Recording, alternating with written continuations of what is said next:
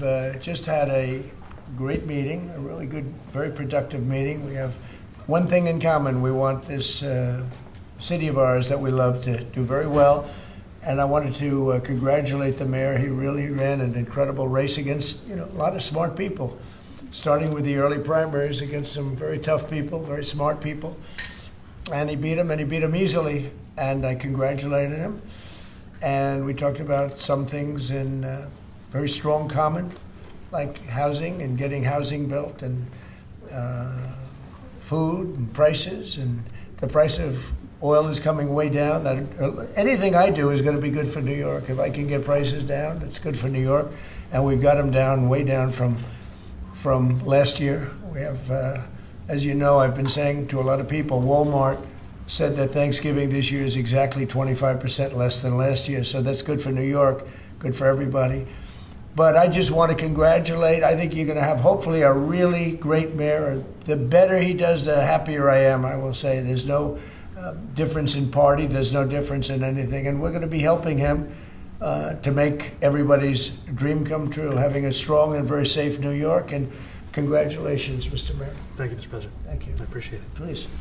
I appreciated the meeting with the president, and as he said, it was a productive meeting focused on a place of shared admiration and love, which is New York City, and the need to deliver affordability to New Yorkers, the 8.5 million people who call our city their home, who are struggling to afford life in the most expensive city in the United States of America. We spoke about rent, we spoke about groceries, we spoke about utilities, we spoke about the different ways in which people are being pushed out, and I appreciated the time with the president, I appreciated the conversation. I look forward to working together to deliver that affordability for New Yorkers. Thank you very much. Any questions, please? President Trump, Stephen Nelson from the New York Post. I've got a question for you and then also one for the mayor-elect. Sure. For you, you've referred to Mr. Mamdani as a communist. Could you describe why you feel that way? And also, will you do anything to stop him from arresting Prime Minister Netanyahu if he visits New York? Well, we didn't discuss your second part of the question. And on your first part, I mean, he's got views that are a little out there, but who knows? I mean, we're going to see what works, or he's going to change also. We all change. I changed a lot. From when I first came to office. It's now quite a while ago. It's quite a while. My first term was great. We had the greatest economy in the history of our country. We're doing even better now. We're doing much better now than we did even the first term. And I can tell you some of my views have changed. And we had discussions on some things. I'm not going to discuss what they were, but that I feel very confident that he can do a very good job. I think he is going to surprise some conservative people, actually. And some very liberal people he won't surprise them because they already like him. And for Mr. Mamdani, it sounds like you had a productive discussion, but just days ago you referred to President Trump as a despot who had betrayed the country. You said you'd be his worst nightmare and accused him of having a fascist agenda. Are you planning to retract any of these remarks in order to improve your relationship? I think both President Trump and I, we are very clear about our positions and our views, and what I really appreciate about the president is that the meeting that we had focused not on places of disagreement, which there are many, and also focused on the shared purpose that we have in serving New Yorkers. And frankly, that is something that could transform the lives of the 8.5 million people who are currently struggling under a cost of living crisis, with 1 in 4 living in poverty. And the meeting came back again and again to what it could look like to lift those New Yorkers out of struggle and start to deliver them a city that they could do more than just struggle to afford it, but actually start to live in it. And I've been called much worse than a despot, so it's not that insulting. Maybe I think he'll change his mind after we get to working together. Yes, please. Mr. President, Anthony Marshak from MTV Lebanon. I would like to ask you a question about the Middle East regarding, you said that Hezbollah in Lebanon is not in a good position. And Lebanon now is the final unresolved after Gaza and Syria. Given your assessment, like, what do you say for the Lebanese today? It's the Independence Day in Lebanon. And what is your next move to push toward disarmament? The disarmament of Hezbollah. Well, we are pushing for total disarmament of Hamas and, frankly, everybody else. And we actually have peace in the Middle East. As you know, the King of Saudi Arabia just left yesterday. We had some great meetings, and he's made a contribution toward the United States of more than $1 trillion. We have now over $20 trillion coming in. No country has ever had anything like that, not even close. If you go to $2 trillion or $1 trillion, it's a lot. We have $20 or $21 trillion. I think that Hezbollah has been a problem in Lebanon, big problem. We're working with Lebanon. We're working with everybody in the Middle East. That's another thing I think we have in common. We want to see peace in the Middle East, and we actually have now, for the first time, peace in the Middle East after 3,000 years. And now we're going to refine it, and I think you're going to see some very positive things happen. There is a potential to invite the Lebanese president to meet you to the White House. I would do that, absolutely. And if the mayor would like to be here for that meeting, because I know he feels very strongly. I think you feel very, very strongly about peace in the Middle East. I think we desperately want it, and that's something that I shared with the president, that when I spoke to New Yorkers who had voted for the president last November on Hillside Avenue and Fordham Road, I asked them why. I heard again and again two major reasons. One was that they wanted an end to forever wars. They wanted an end to the taxpayer dollars we had funding violations of human rights, and they wanted to address the cost of living crisis. And I appreciated the chance to discuss both of those things. You said a lot of my voters actually voted for him, and I'm okay with that. President Trump, I have this hat as well. I'll do that. I'll sign it. Give it to me. I'll sign it in a minute. That's pretty good. Mr. President, you've threatened to send federal troops to New York City. You both have differences when it comes to ICE agents in New York City. Mr. Mamdani, you've called ICE a rogue government entity. I wonder how you reconcile your differences on both of those issues. Well, I think we're going to work them out, and I think that if we have known murderers and known drug dealers and some very bad people, we want to get them out. And the mayor wants to have peace. We discussed this at great length, actually, maybe more than anything else. He wants to have a safe New York. Ultimately, a safe New York is going to be a great New York. If it's not safe, no matter how well we do with pricing and with anything else, we can talk about anything you want. If you don't have safe streets, it's not going to be a success. So we're going to work together. We're going to make sure that if there are horrible people there, we want to get them out. I think he wants to get them out maybe more than I do. So we'll work together. We discussed it at great length. Yes, please. Two questions, if I may. One for you, Mr. President, on BBC in a second. But first of all, for the mayor-elect. You're both from different parts of the political spectrum. You're both populists, though, and I just wonder to what extent the president's campaign style, his techniques, his social media use inspired any part of your campaign. Well, I actually told the president that so much of the focus of our campaign has been on the cost of living crisis. And when we asked those New Yorkers who had voted for the president, when we saw an increase in his numbers in New York City, that came back to the same issue: cost of living, cost of living, cost of living. And they spoke about the cost of groceries, the cost of rent, the cost of Con Ed, the cost of childcare. And too often politicians are looking to lecture to New Yorkers what they should care about as opposed to listen. And when we spoke to those voters who voted for President Trump, we heard them speak about cost of living. We focused on that same cost of living, and that's where I am really looking forward to delivering for New Yorkers in partnership with the president on the affordability agenda. And I think we have to work a little bit. We talked about Con Edison. We have to work a little bit on getting the prices, because we've gotten fuel prices way down, but it hasn't shown up in Con Edison. And we're going to have to talk to them. If we're sending them fuel at a much lower price than it was a year ago, which is true, we have to get Con Edison to start lowering the rates. Absolutely. And if I may, last week you told me you were pushing ahead with your plans to sue the BBC for up to $5 billion. You're going to speak to Prime Minister Starmer as well. Is there any progress or any updates on those issues? Well, we get along very well with the Prime Minister. We made a deal with UK. I like him. He's a fine person, and I think they have some big energy problems. They've got windmills all over the place. They're going to have to start using other methods because their energy is out of control.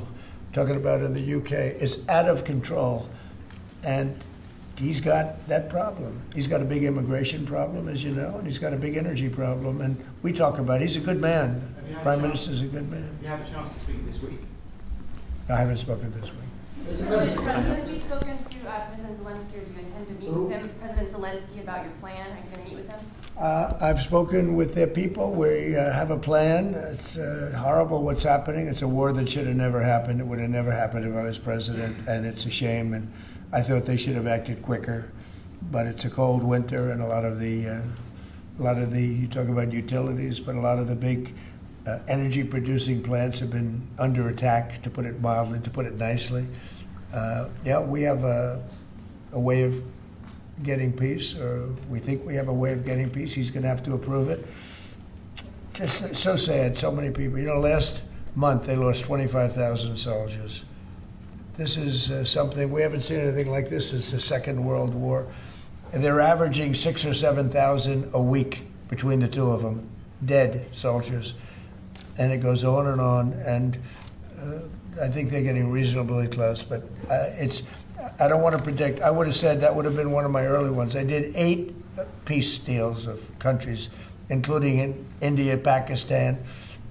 You could even go, in fact, they're coming here in a week or two, go to the Congo and Rwanda. That was 10 million people dead, and we worked something out on that. But so many, and the one I thought would have been, for me, because I have a very good relationship with President Putin, I thought that would have been maybe quicker. But it does take 2 to tango. And now you just see all the death. And, it doesn't affect us other than the fact that we don't want to see all those people dead. Really, it's on the other side of the ocean. It's a war that should have never happened. It did happen. I blame the person also sitting right behind this desk. This is a war that should have never happened, and it wouldn't have happened if I were president. But we're trying to save a lot of lives. They're losing 25,000 lives over the last short period of time. That's Ukrainian and Russian, and it's a shame. What happens if President? I want to ask the mayor-elect about a House resolution. It just passed overwhelmingly to condemn socialism, including with 86 Democrats, all of House Dem leadership, and the minority leader, Hakeem Jeffries, despite his endorsement of you. What's your reaction to that? I have to be honest with you, I focused very little on resolutions. Frankly, I've been focusing... Condemn socialism. I understand. I think the focus is on the work at hand. I can tell you I am someone who is a democratic socialist. I've been very open about that. And I know there might be differences about ideology, but the place of agreement is the work that needs to be done to make New York City affordable. That's what I look forward to. And I want to clarify your answer to Stephen Nelson. He asked about your comment calling the president a fascist, and your answer was, both President Trump and I have been clear about our positions and our views. Are you affirming that you think President Trump is a fascist? I've spoken about... That's okay. You can just say yes. Okay. It's easier. It's easier than explaining it. I don't mind. And Mr. President, I wanted to ask you also about this Ukraine plan. Yeah. President Zelensky said today that his country would risk either giving up a partner or giving up its dignity. There's been criticism that this deal proposal... He doesn't like it? It's unclear. He was sort of tenuous about it. He'll have to like it, and if he doesn't like it, then they should just keep fighting, I guess. The suggestion that he made, though, was that if he doesn't accept it, that the U.S. would pull back its support for Ukraine. Is that well, at some accurate? point he's going to have to accept something. He hasn't accepted. You remember right in the Oval Office not so long ago, I said, you don't have the cards. Don't forget, I inherited this war. This war never would have happened. I inherited this war. And I thought he should have made a deal a year ago, 2 years ago. The ultimate deal would have been if it never started. That would have been the good deal. That could have been done too if you had the right president, but you didn't have the right president. Mr. President, the cost of living is something that you and Mr. Mamdani seem to agree on. Democrats have run New York City for a long time, Mr. Mamdani. Do you see Democrat policy specifically as being a problem? And I'd like that be a question that both of you could answer in New York City.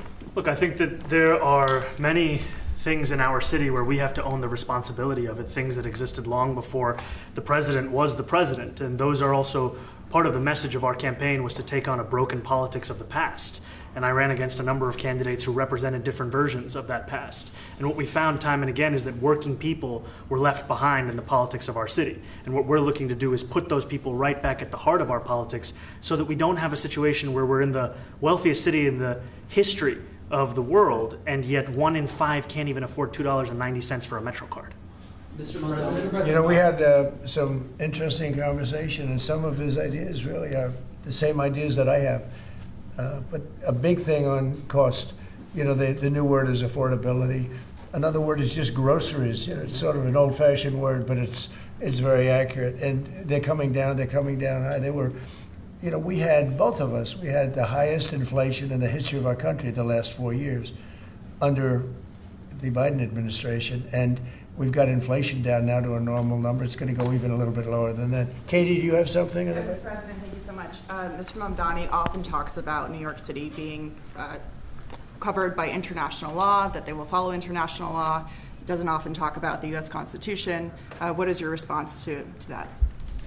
Well, I don't know what you're referring to in terms it can be covered by international law, local law. It's covered by a lot of laws, but it's covered by U.S. law. Are you referring to anything in particular?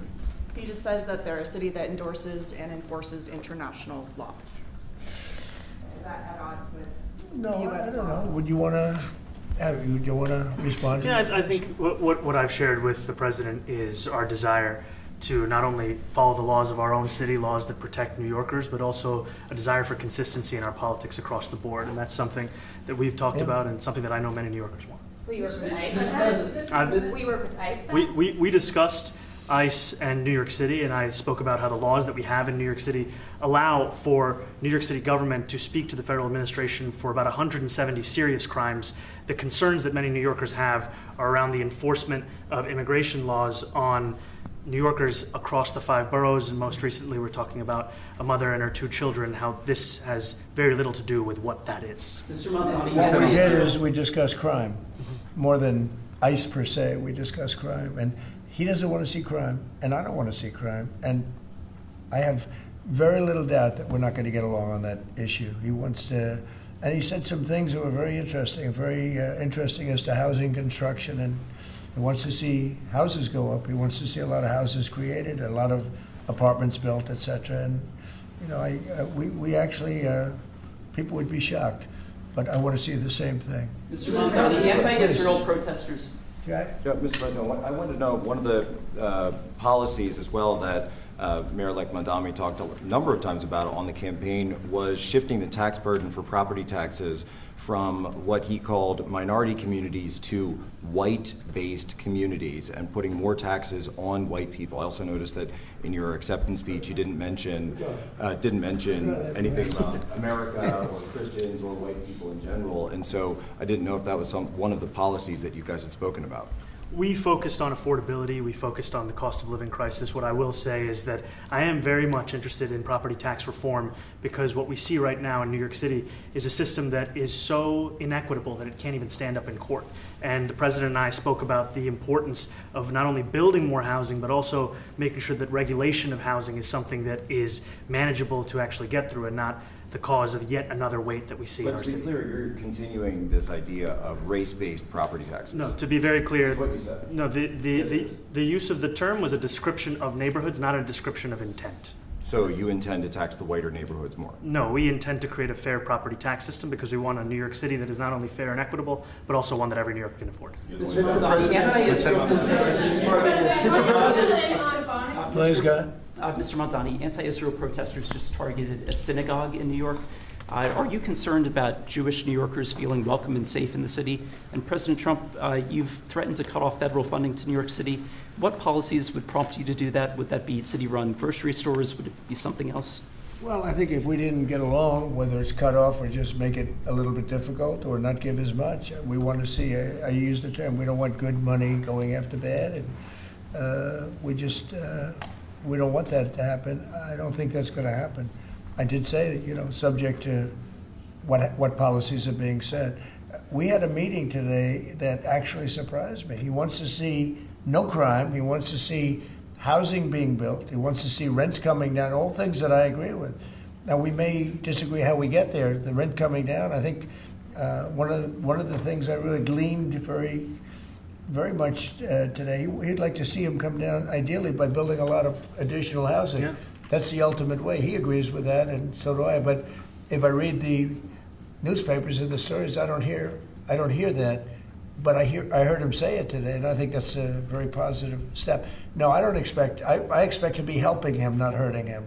A big help, because I want New York City to be great. Look, I love New York City. It's where I come from. I spent a lot of years there. Now I'm right here. We took a big setback with the mayor that we had, named de Blasio. I thought it was a tremendous setback for the city. I think this mayor can do some things that are going to be really great. Mr. President, Mr. President, Give us a presidential. Mr. President, Thank you. Thank you, Mr. President. You're a billionaire. You have a different address nowadays than you used to, but you used to call New York City home. Would you feel comfortable living in New York City under a Mamdani Yeah, administration? I would. I really would. Especially after the meeting. Absolutely. What makes you comfortable? We agree on a lot more than I would have thought. I think I want him to do a great job, and we'll help him do a great job. You know, he may have different views, but in many ways, you know, we were discussing when Bernie Sanders was out of the race, I picked up a lot of his votes, and people had no idea because he was strong on not getting ripped off in trade and lots of the things that I've practiced and been very successful on. Tariffs, a lot of things. Bernie Sanders and I agreed on much more than people thought. And when he was put out of the race, I think quite unfairly, if you want to know the truth, many of the Bernie Sanders voters voted for me. And I felt very comfortable, frankly, in seeing that and saying that. And, you know, it just turned out to be a statistical truth. But no, I feel very comfortable. I would feel very, very comfortable being in New York, and I think much more so after the meeting. Yes, please. Thank you, Mr. President. I have a question for you, but a very quick one for Please. the mayor. Why did you fly here? Aren't trains greener? I'll use every form of transit, and I want to make sure that they're all affordable in New York City, and that's why making buses fast and free is a centerpiece of our campaign. Did you? There is a bus that goes. Well, but I know, but if he flew, that's a lot quicker too. No. You know, I mean, he's working very hard for him to be. That's a very long drive. I'll stick up for you. You know, the plane takes you 30 minutes, and driving takes you a And long Mr. time. President, I was wondering if you could clear up some confusion around a Washington Post report. There was this explosive report that the Coast Guard is no longer going to characterize swastikas and nooses as hate symbols. DHS called that a lie and fake news. Can you clear up? I don't know anything about it. When was this written? I think yesterday. Well, look, the Coast Guard's an incredible group of people. I know them very well. We just ordered a lot of new Coast Guard cutters, beautiful, the most magnificent ship. They look like yachts with lots of guns on them. So I don't know. I haven't seen any report like that, but certainly we want them to remain a great force, and they are. You're a peacemaker, and you did a peace in all the 9 months Yes. around the world. I would like to ask Mr. Mamdani, you've accused the U.S. government of committing genocide in Gaza while President Trump was working on peace. Why that? I've spoken about the Israeli government committing genocide, and I've spoken about our government funding it. And I shared with the president in our meeting about the concern that many New Yorkers have of wanting their tax dollars to go towards the benefit of New Yorkers and their ability to afford basic dignity. And what we see right now is we're in the 9th consecutive year of more than 100,000 school children being homeless in our city. And there's a desperate need not only for the following of human rights, but also the following through on the promises we've made New Yorkers. And I appreciated the meeting we had and the work that we can do. Do you agree that President Trump did do a peace and he worked hard to make the peace because he worked hard to do the peace in the Middle East and everywhere? Do you agree with that? I appreciate all efforts towards peace, and I shared with President Trump that when I spoke to Trump voters on Hillside Avenue, including one of whom was a pharmacist that spoke about how President Trump's father actually went to that pharmacy not too far from Jamaica Estates, that people were tired of seeing our tax dollars fund endless wars. And I also believe that we have to follow through on the international human rights, and I know that still today those are being violated, and that continues to be work that has to be done no matter where we're speaking of. Mr. President, question for Mr. Thank you, Mr. President. Do you view the mayor-elect as the true leader of the Democrat Party? And do you think Leader Schumer's and Leader Jeffries, have to follow his lead? Well, look, I hope they have great leaders. This is a man that right now I think is focused in New York City. I really think he has a chance to do a great job. We're going to help him, but I really think he has a chance to do a great job. But I'll let you answer that. You consider yourself the leader of the Democrats? I think it's more appropriate for him. I consider myself the next mayor of New York City, and I keep my horizons firmly on New York City, and I appreciate the meeting with the president, which focused again on the 5 boroughs and whether New Yorkers could afford to live there. By the way, being the mayor of New York City is a big deal. Absolutely. I always said, one of the things I would love to be someday is the mayor of New York City.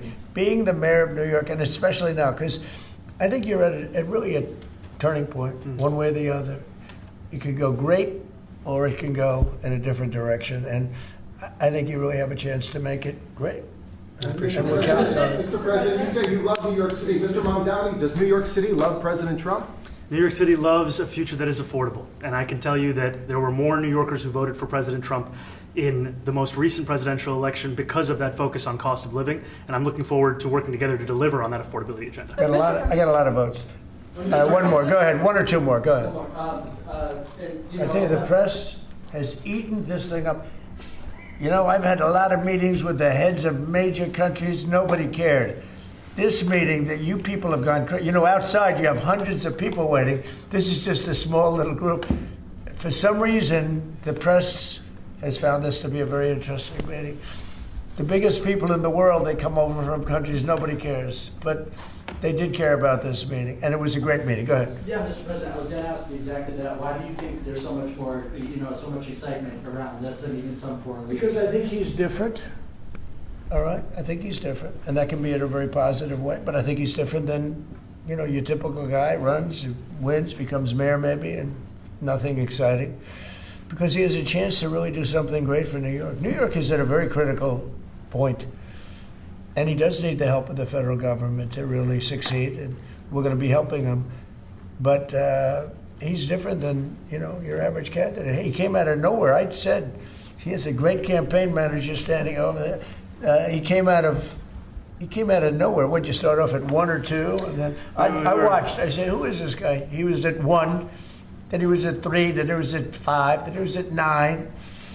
Then he went up to 17. I said, that's getting a little bit interesting, right? And then all of a sudden he wins a primary that nobody expected he was going to win. It's a great tribute. I mean, it's an amazing thing that he did. And I'll just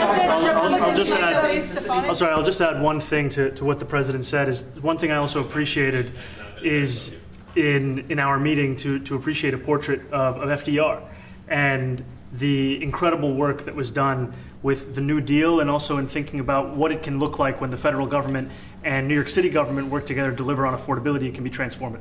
We have a great portrait of FDR that I found in the vaults that was missing for years. I found it, and I put it up. He's a Democrat, to the best of my knowledge. He's a Democrat. And when the mayor saw that portrait, he said, "Sir, do you mind if I have a picture taken by that portrait?" It's an amazing portrait. I hope the picture comes out good. But it's an amazing portrait in the cabinet room. So he's a big fan of the New Deal, I guess, and of FDR. Yes, ma'am. Thank you, Mr. President. You said that you both spoke about crime. There are many police officers set to come off the rolls at the end of this year in New York City. Are you going to allow those police to be replaced with police officers, actual cops? And are you going to require that happens? Would there be some consequence if the staff... I hope it happens, but again, that's going to be ultimately the mayor's decision. What's your answer? Is that I look forward to delivering public safety with the NYPD, and I've said over the course of our campaign that we have the number of police officers today. They are the ones that's budgeted about 35,000 headcount. And I think the key thing is that we have to make it easier for police to focus on police work, not ask them to respond to 200,000 mental health calls a year. So is that a reduction from what you're at right now? Are you committing to maintaining the same level of cops? I've committed over the course of the campaign to maintain the 35,000. That's the headcount that we had through the campaign. And not replace them with caseworkers, social workers? No, I've said that's the headcount that we want. What we need to do is make sure they can focus on serious crime. And he just retained a great police commissioner, I believe, right? Yes, we did. Commissioner Tesh. If the newspapers are correct. That one they're correct about. He retained, I think, somebody that is she's a good friend of some of the people in my family, of Ivanka, and they say she's really good, really competent, and he just retained her, so that's a good sign. Mr. President, are there still topics that you see the two of you disagreeing on in the future, and do you think you'll have more meetings like this? There will be topics that we disagree on. I think we'll probably come to a conclusion, and ultimately he'll convince me, or I'll convince him. It's for the good of New York. Ultimately, it's for the good of New York. I don't care about affiliations or parties or anything else. I want to see, if this city could be unbelievable, if he could be a spectacular success, I'd be very happy. Do you think you guys will meet more in the future, too? Excuse? Do you think you'll meet again in the future, throughout the administration? I think we will. I hope we do. I enjoyed the meeting. We had a great meeting. Please. Mr. President, Republican Elise Stefanik has campaigned multiple times by calling Zuhair Mamdani a jihadist. Do you think you're standing next to a jihadist right now in the Oval Office? No, I don't, but she's out there campaigning, and you say things sometimes in a campaign. Isn't that sort of divisive? She's a very capable person.